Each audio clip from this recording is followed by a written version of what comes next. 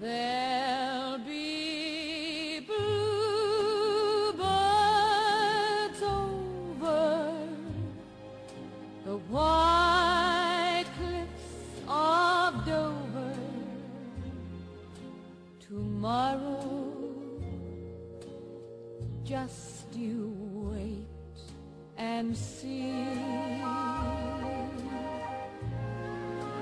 There'll be love and laughter and peace ever after tomorrow, when the world is free.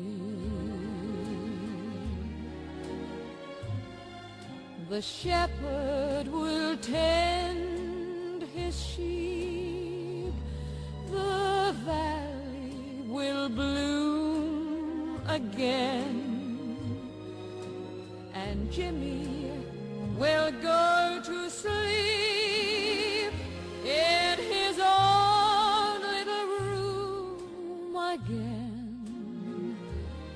There'll be bluebirds over the white cliffs of Dover tomorrow. Just you wait and see.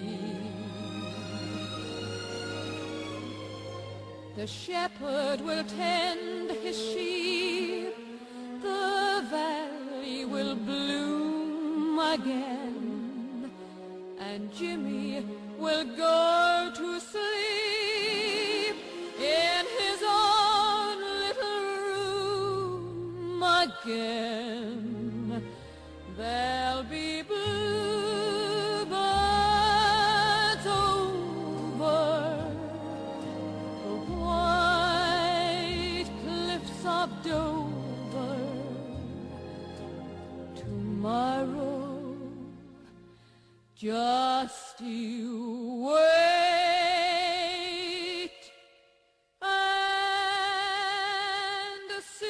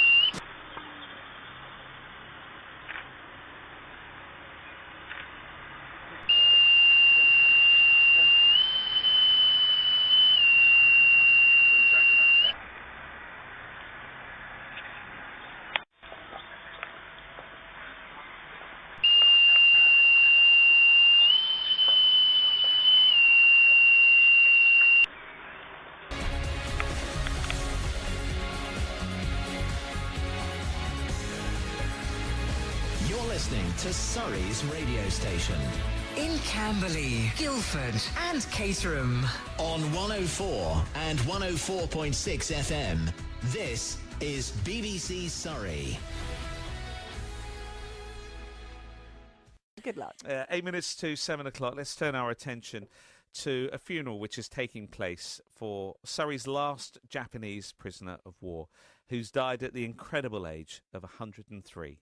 It's Chief Petty Officer Walter Ernest Munn, who joined the Royal Navy aged 14, who then went on to fight in the Second World War. His daughter, Debbie Hornblow, told me about his life and started by talking about how her father's ship was attacked during the war. Almost as soon as war was announced with Japan, a Japanese ship pulled up alongside HMS Petrel and demanded that she be allowed to go onto the ship. But the Captain Polkinghorne, he would not allow the Japanese to go on board because of the intelligence that was on there.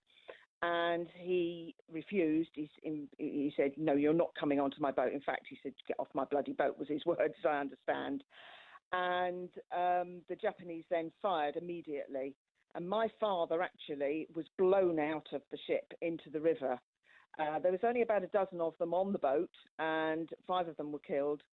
Not all of them were picked up as they went ashore, but Dad was one, the captain was one, and Dad then was imprisoned in Japanese prison camp in Osaka, south of Japan, until 18 months after the end of the war, and he was repatriated via the US after the war. And he ended up at the NATO base Portland in Dorset when he was coming out of the Navy, and went straight to the Ministry of Defence and completed 50 years Crown service, basically, by the time he retired.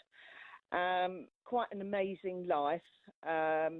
I was in contact with HMS Ganges last week to tell them that Dad had died, and bless them, they have put him on their roll of honour at their museum, and they are sending a standard bearer to the funeral, and they've also sent me an old trainee boy's cap and tally to go on to Dad's coffin, and we also have a Burma Star representative coming along. Oh, how special! So he was the last, or Surrey's last Japanese prisoner of war. He was the UK's oldest survivor, naval survivor, Japanese prisoner of war. Yeah. And did he talk much about those times? No, very, very little. And my 2 boys, many, many times, used to say, "Oh, we want to take a recording of Grandad," because he didn't really want to remember it. But when I was 8, in 1960, there was a book published, and I can remember a chap called Desmond Wetton, who was also a part of the crew on the HMS Petrel. He wrote a book called The Lonely Battle, and his name is Desmond Wetton. You can still get copies of it, and it is the story of HMS Petrel and its crew. So you can learn a lot from that. And I was actually at a military meeting only yesterday, and somebody said, "Look, I've just bought your dad's book. It's not my dad's book, but there's quite a lot about Dad in there, and quite a lot of pictures." So we've managed to glean a lot of what went on. Dad sometimes would say, if I laid down and went to sleep when I was in that prison camp, I was fine, I'd never wake up again. Odd things you get from him. And he wasn't too fond of the Japanese, I have to say, but yeah, I suppose that goes with the territory. And the other thing that we noticed, sometimes if he stayed with us, he would still have nightmares, and he had those right up to the very end. And he was still dreaming about being in Japan right up until the day he died. Oh, it's astonishing, isn't it? And to you, he's I don't mean just Dad, but he's Dad. Does hearing these stories kind of change the way you think of him at all? Yeah, obviously I'm extremely proud of him, and it's gone through the family to my 2 boys. They are as well, and as far as they're concerned, because he lived to 103. The fact of the life that he had, it's amazing he lived to that age. But to my boys, he was always there. As far as they were concerned, Grandad was always there. And so it's really affected them, his passing. But they are playing a part in the funeral tomorrow, because Stuart, my eldest son, sings a lot, and so he's going to be singing in the chapel. And the youngest son is going to be reading out the naval prayer.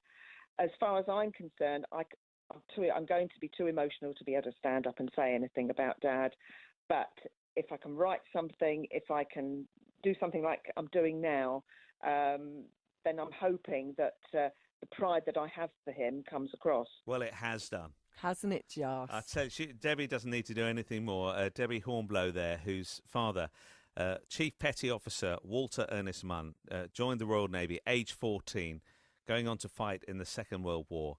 Surrey's last Japanese prisoner the of war. UK, she corrected me, the UK's last. Died at 103. We salute his service. Absolutely amazing. They were a different generation, different people. It's BBC Surrey, just ahead of 8 o'clock. Abide with me, fast falls the eventide, the darkness deepens, Lord, with me abide, when other helpers fail and comforts flee. Help of the helpless, oh, abide with me.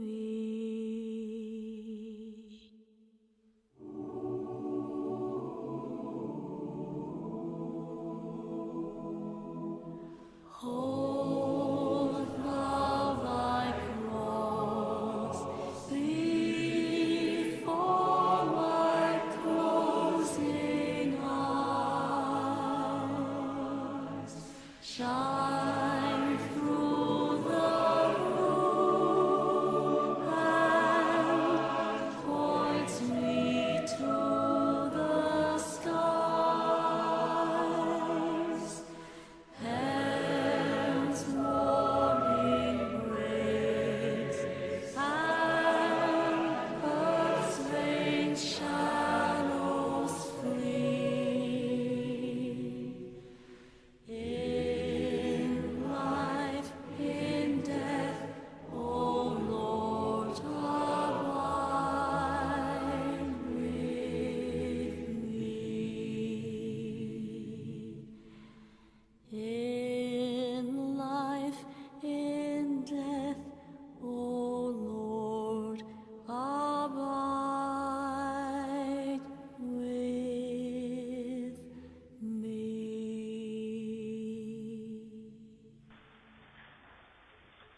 It's lovely to see you all here. A very warm welcome as we seek to give honour to our beloved Ernie. It says on the front of your order of service that we're here to celebrate the life of Ernie. And I hope and pray that as we allow the memories to flow, as it were, the times that we shared together, love given, love received, laughter and tears. As we allow those memories to flow, I hope and I know that there will be much that we can give thanks for and to celebrate.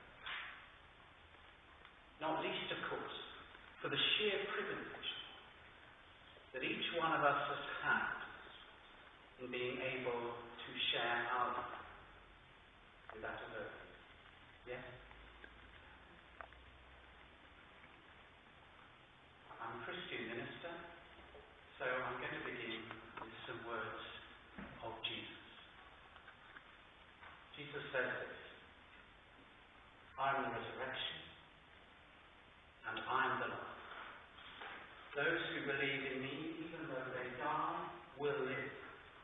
And everyone who lives and believes in me will never die.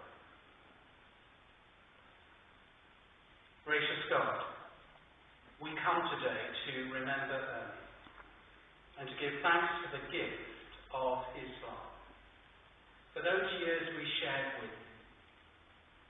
We thank you that he is at rest in your loving care, and we trust in your promise of life without end.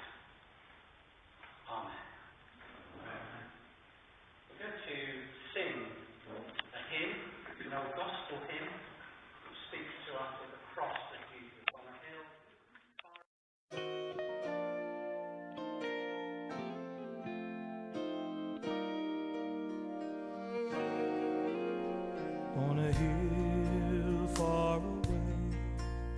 stood an old rugged cross, the emblem of suffering and shame. How I love that old cross, where the dearest and best for a world of lost sinners was slain.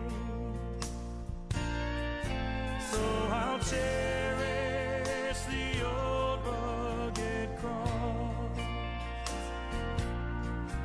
till my trophies at last I lay down. I will cling to the old rugged cross and exchange it someday for a crown. Ernie says again.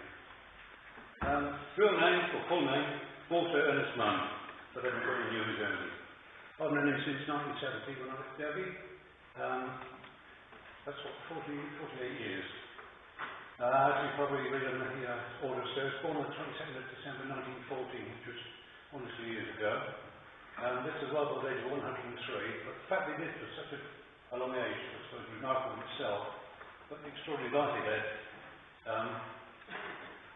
So many ways, not least being the only surviving naval Japanese prisoner of war until the 20th of February. His life is quite remarkable in the sense of his mother left home when he was less than 2 years old. He was the youngest of three. His home life was not a happy one, and he left at 14 telling lies to join the Navy on HMS Ganges in Shotley near Harwich in Suffolk. Over the ensuing 25 years, he graduated as Fleet Chief Petty Officer, the highest non-commissioned Navy rank. Doesn't Navy, I would say, once a sailor, always a sailor. And I follow up to the other armed forces we have here today. But he would not regard others that the Navy is the senior service. This was mostly his niece Jessie, his wife, because she came from an army family. Sadly, she passed away in 1999. Getting down to his life, his career was not plain sailing, and I apologise for the pun. As some of you may know, not only was the Japanese prisoner of war for nearly 4 years, his first state of conflict began with the British involvement in the Spanish Civil War in the late 30s. Then during 1940-41, the early years of the war against the Germans, against Hitler, he survived being sunk in his ships not once but twice, once while serving in submarines. In 1941 he was posted to Shanghai to serve on HMS Petrel, which was a floating spy station in the Yangtze, providing intelligence on the Japanese army occupation in China. And it seems an awful irony that that post was deemed to be some sort of respite from the earlier traumas. We were not at war with Japan at the time, and so therefore the job he was given was espionage, which he found rather boring, but he still had one or two tricks up his sleeve, one or two escapades. Was taking down the German flag from the German embassy in Shanghai, obviously the chaplain and one or two others.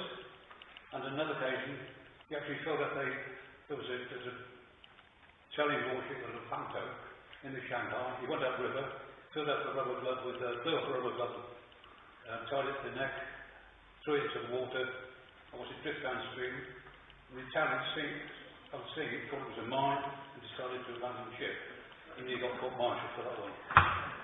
Anyway, as we all know, on the 8th of December 41, Japanese attacked Pearl Harbor. Within 10 minutes, the Japanese warship came alongside the Petrel and demanded immediate surrender, which was rejected. And I'll quote from a couple of notes I've written it down from the Daily Express, which we found in Ernie's belongings when we were doing things afterwards. The incident itself and the captain's actual response, which was Hiroshima, which some survivors recall as get off my bloody ship. I think Ernie actually said it was rather stronger than that. Anyway, I'll carry on with the Japanese officer left the British vessel. A hail of gunfire was directed at the Petrel from the Japanese flotilla and onshore artillery. The Petrel fired back, activated her scuttling charges, and soon sank. 6 men died, and the badly wounded survivors were taken prisoner.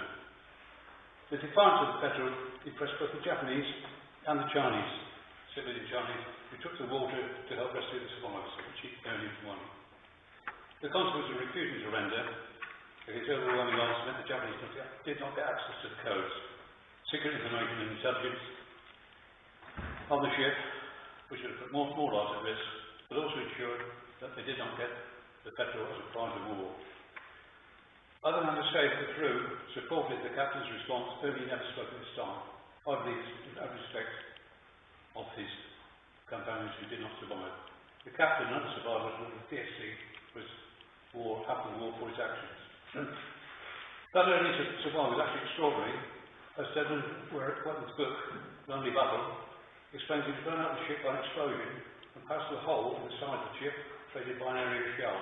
How's that for escaping death by injury, he spent the next 3 years and 8 months as a Japanese POW, where his weight dropped to below 6 stone. After the war, he then spent 6 months in rehabilitation, courtesy of the American Medical Corps, eventually being repatriated in the spring of 1946. There's one benefit of this Japanese prisoner of war occupation: he can insult Japanese in their own language. On return, he picked up his early relationship with Jessie, who's become his wife in 1948. They had a daughter, Debbie, in the early 50s. Ernie then retired from active service in 1954. He joined as a civilian support worker and worked at the Admiralty Underwater Weapons Establishment at Portland until he finally retired as he got out after 50 years crown service in 1979.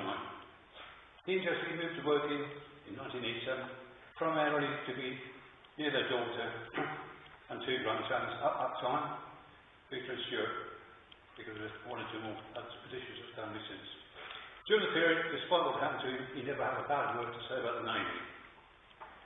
Locally, he was well known for his routines, cheerful, slightly dressed. By the collector's morning paper and the Sunday lunchtime drink, people remarked you could set your watch by him.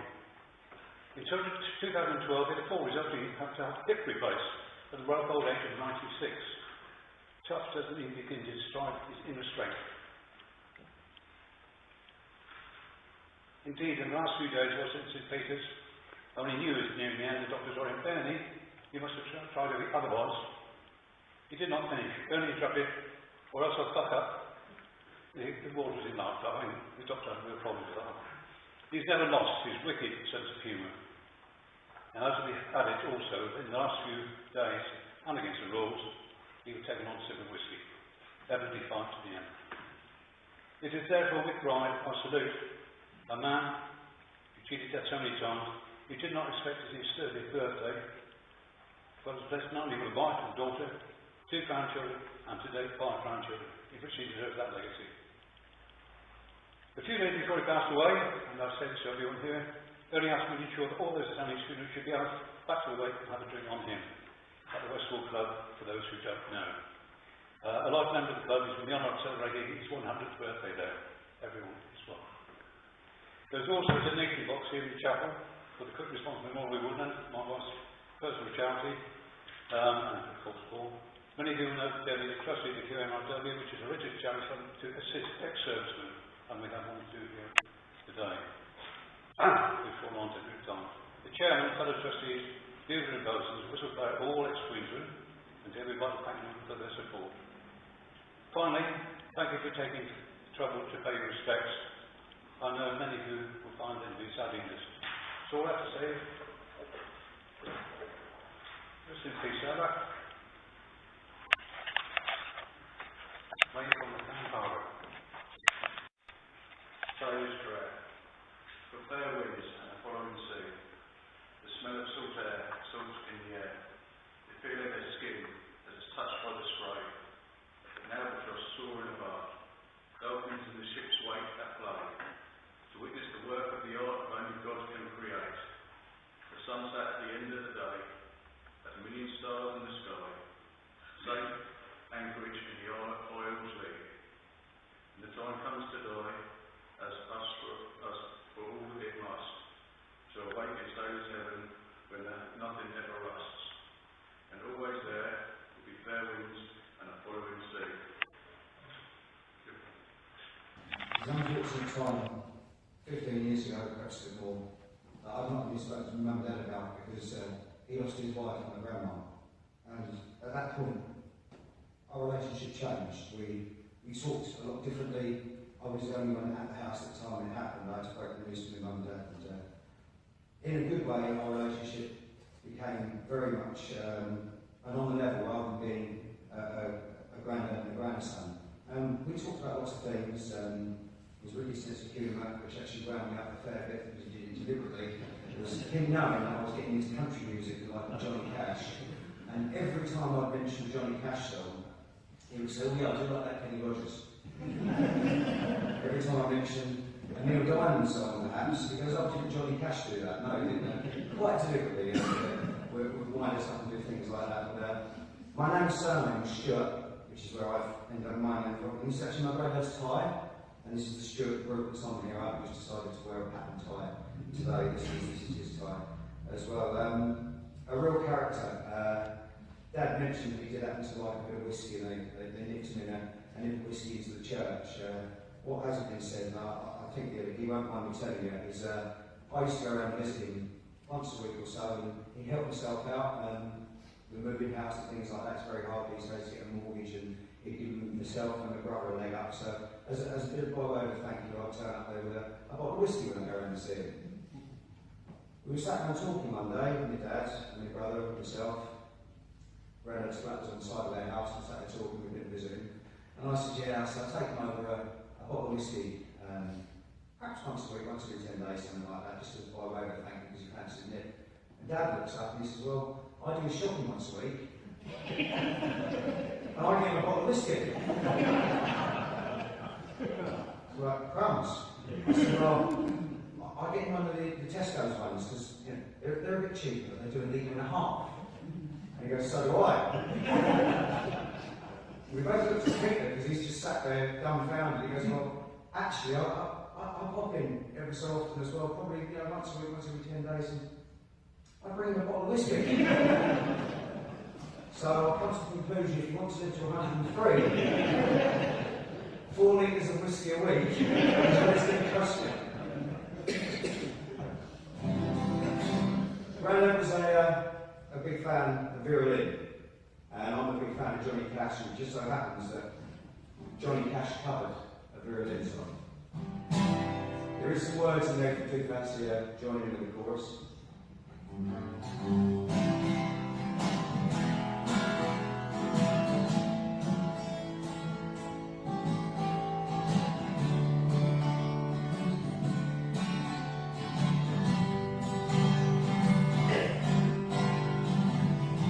We'll meet again. Don't know where, don't know when. But I know we'll meet again some sunny day. Keep smiling through, just like you used to do. The blue skies are blue every day. Say hello to folks that I know. Tell them I won't be long. They'll be happy to know. They see me go out sing in this song. We'll meet again. Don't know where, don't know when. But I know we'll meet again some sunny day.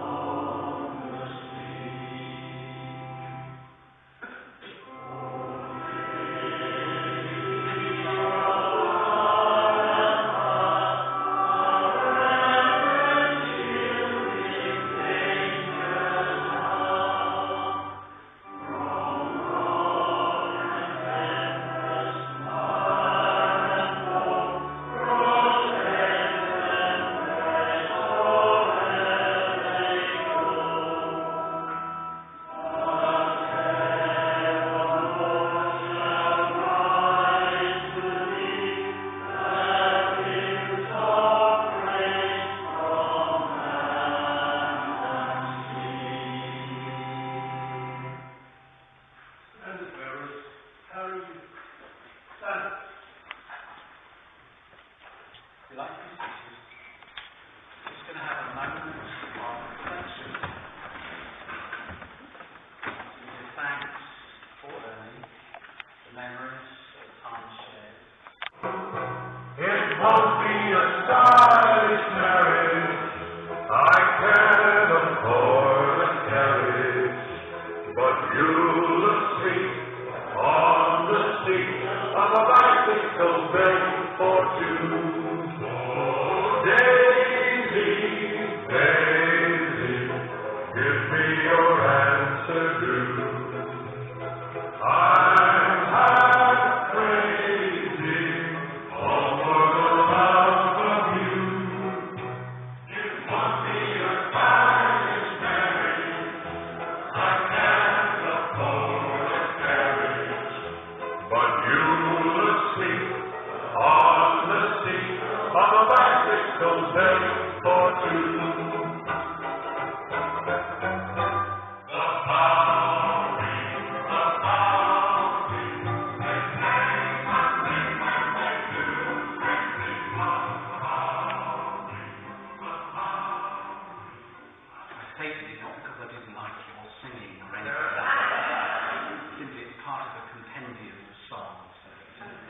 Actually, I think it was Bing Crosby I've got my memory.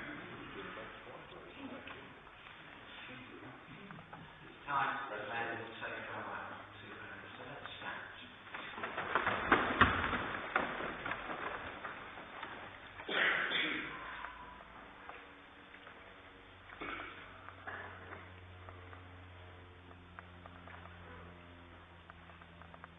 So we commend our beloved Ernie to the mercy of God, our Maker and our Redeemer.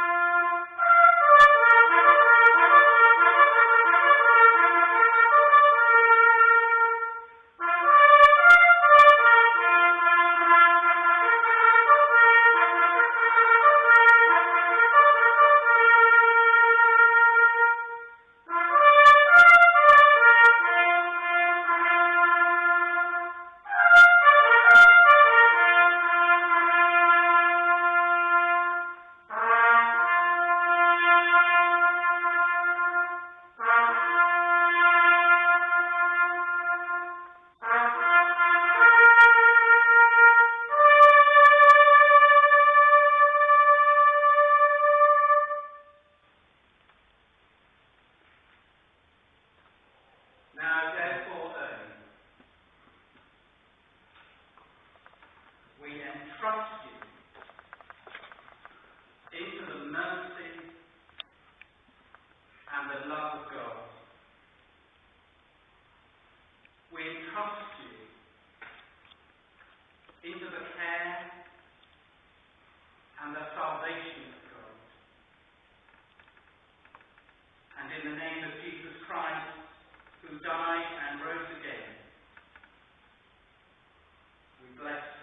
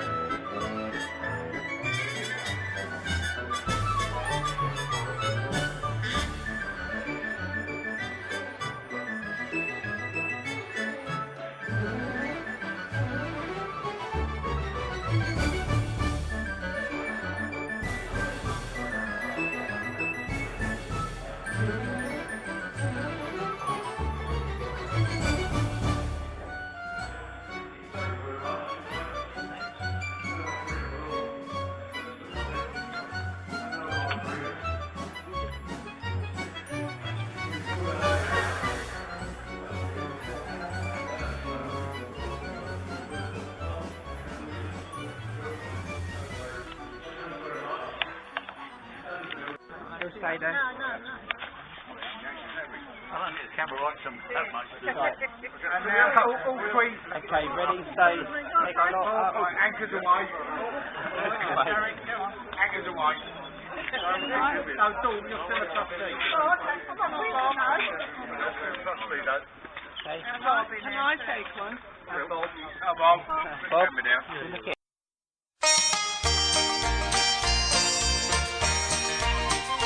Wish me luck as you wave me goodbye. Cheerio, here I go on my way. Wish me luck as you wave me goodbye. With a cheer, not a tear, make it gay. Give me a smile I can keep for a while in my heart while I'm away. Till we meet once again, you and I. Wish me luck as you wave me goodbye. Wish me luck as you wave me goodbye. Cheerio, here I go on my way. Wish me luck as you wave me goodbye. With a cheer, not a tear, make it gay. Give me a smile I can keep for a while in my heart while I'm away.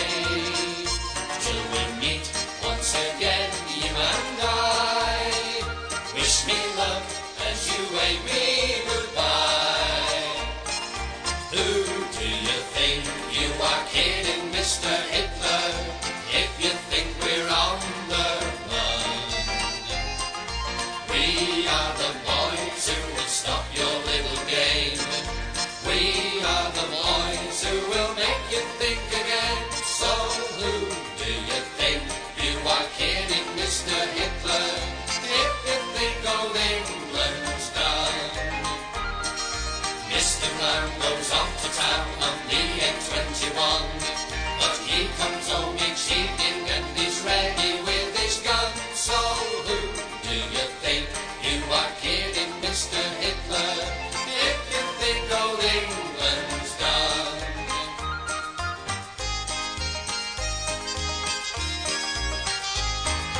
Mother dear, I'm writing you from somewhere in France, hoping this finds you well. Sergeant says I'm doing fine, soldier and a half. Here's a little song we sing and it will make you laugh. We're gonna hang out the washing on the Siegfried line. Have you any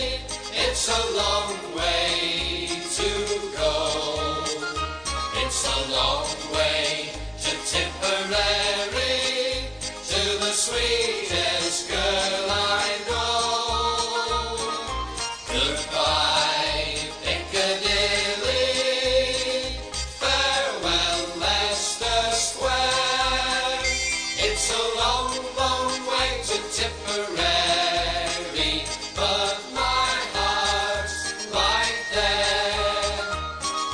Pack up your troubles in your old kit bag and smile, smile, smile. While you run Lucifer to light your fire, smile, boys, that's the style. What's the use of worrying? It never was worthwhile. So pack up your troubles in your own kit bag and smile, smile, smile. Pack up your troubles in your own kit bag and smile, smile, smile.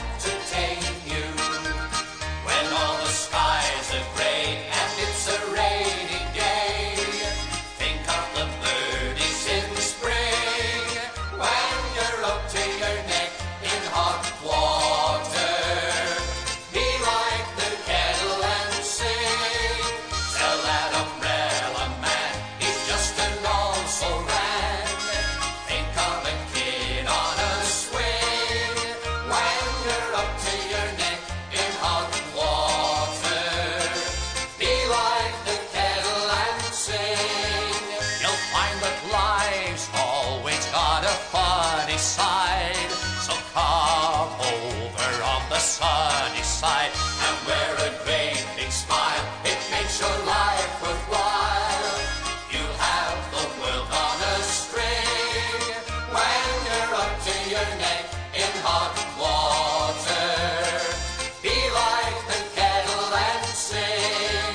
You'll find that life's always got a funny side. So come over on the sunny side and wear a great big smile. It makes your life worthwhile. You'll have the world on a string when you're up to your neck in hot water. Be like the kettle and sing. Be like the kettle and sing.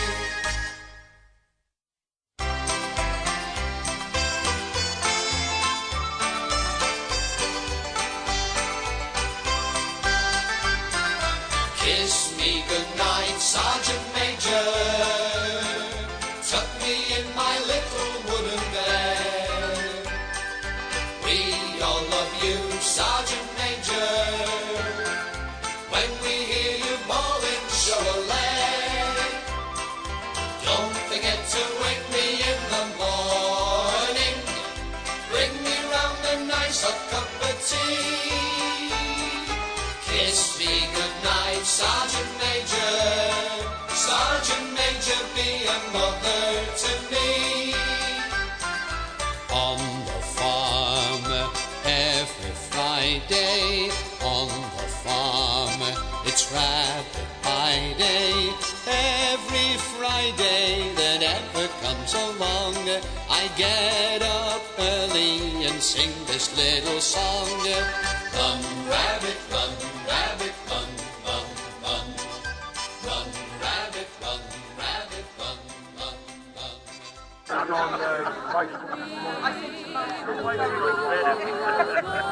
Debbie, this is recording. Oh, right. And from Bob, and said, can you walk around Yeah. and have a record of all your friends that are here? Oh, right, okay. So you look at it. Yeah. As Oh, right. you walk around slowly, it's all Yeah. recording. Okay, so I'll start off with Mal and Jeff, yeah. Can I put that down? You okay with that? Yeah, thank you. Right, this is recording. Can you say something to me about Dad? I'd love to say something about Dad. Brings back memories of sitting in our house in Surbiton with you and your mum and dad, and kids all running around enjoying themselves, lovely sunny day. And we ran out of wine, so we had to do the whole thing straight out of demijohns. Never forgotten that. That's absolutely And I've got right. some pictures of Peter and Amy to prove it. Yeah. We were completely out of control. Absolutely. And I would like to say something. Yes, yes, Jeff. He Yes. all used to prop me in the belly and said, you're putting on weight. Yeah, he did always so. Yeah. Janet, you're going to say, no, you're not going to, I'll just say, and this is Janet, one of our neighbours, who has lived next door to us over 30 years. And this is Dave, who is a friend of Stuart's, but also known Dad for about 20 years, I would say. Yes, yeah. And this is a chap called Ian Cavill, who Dad's known for 30 years, I would say. Ladies and gentlemen, can I have your attention, please? Can we turn the music down a little bit? Music. Debbie. For those that don't know, there is a connection. It's been mentioned, and it was in the order of service about the Queen's Regiment and the connection to the Navy. In 1794, we served with the fleet as Marines, and the Queen's Regiment is England's oldest regiment, second of foot, and we're the only regiment in the British Army that when we give the loyal toast, we give it sitting down, just as the Navy do when they're on ships. So whenever you're ready, if you could charge your glasses, make sure you've got a glass to hand. Firstly, I'm going to toast Ernie. That's Ernie. And then if you're not sitting down, don't worry. But because we can,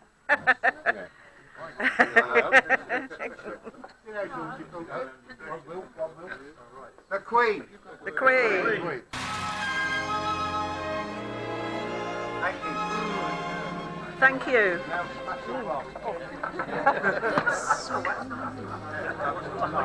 Yeah, right.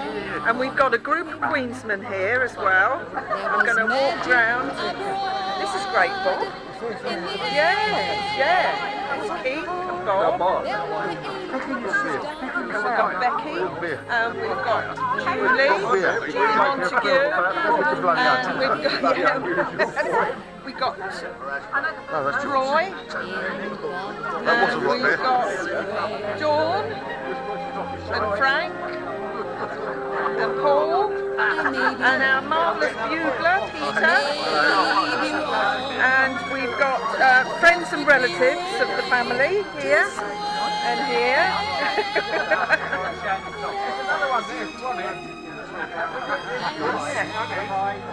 And we've got gentlemen here from HMS Ganges Association. And here I've got friends from Kent that have known my dad for about 18 years, I would say, Paul and Colette. That lingered over Let's go down here. And these people here are relatives of mine. This is Tony, one of the guys, and my cousin Robert. Where are the girls? They're getting food upstairs, aren't they? This is a gentleman who's been a friend of my dad's for 30 years or more. And this is my son Stuart. And these are friends that have known my dad for about 30 years. Well, not that long.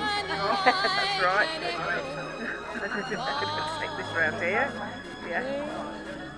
Thank you for coming today.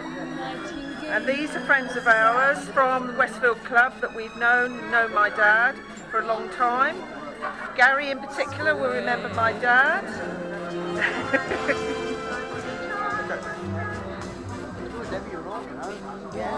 30 years.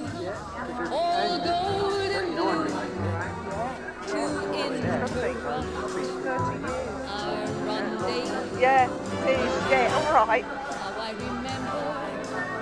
Right, I think that's it. Oh, this is my lovely daughter-in-law Claire, who helped me with the...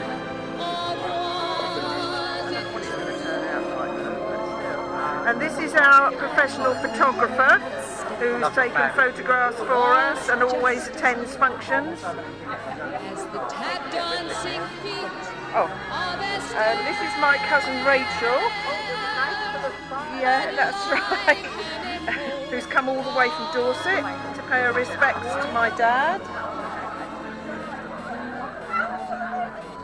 Oh, and this is my cousin Penny, who's also come all the way from Dorset to pay respects to Dad. Right, there we are, Bob. Thank you.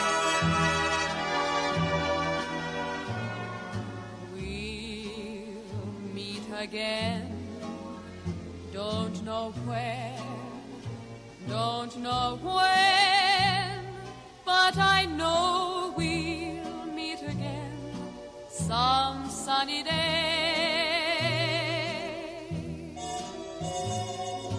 Keep smiling through, just like you always do, till the blue skies drive the dark clouds far away. So will you please say hello to the folks that I know? Tell them I won't be long. They'll be happy to know that as you saw me go, I was singing this song. We'll meet again. Don't know where, don't know what.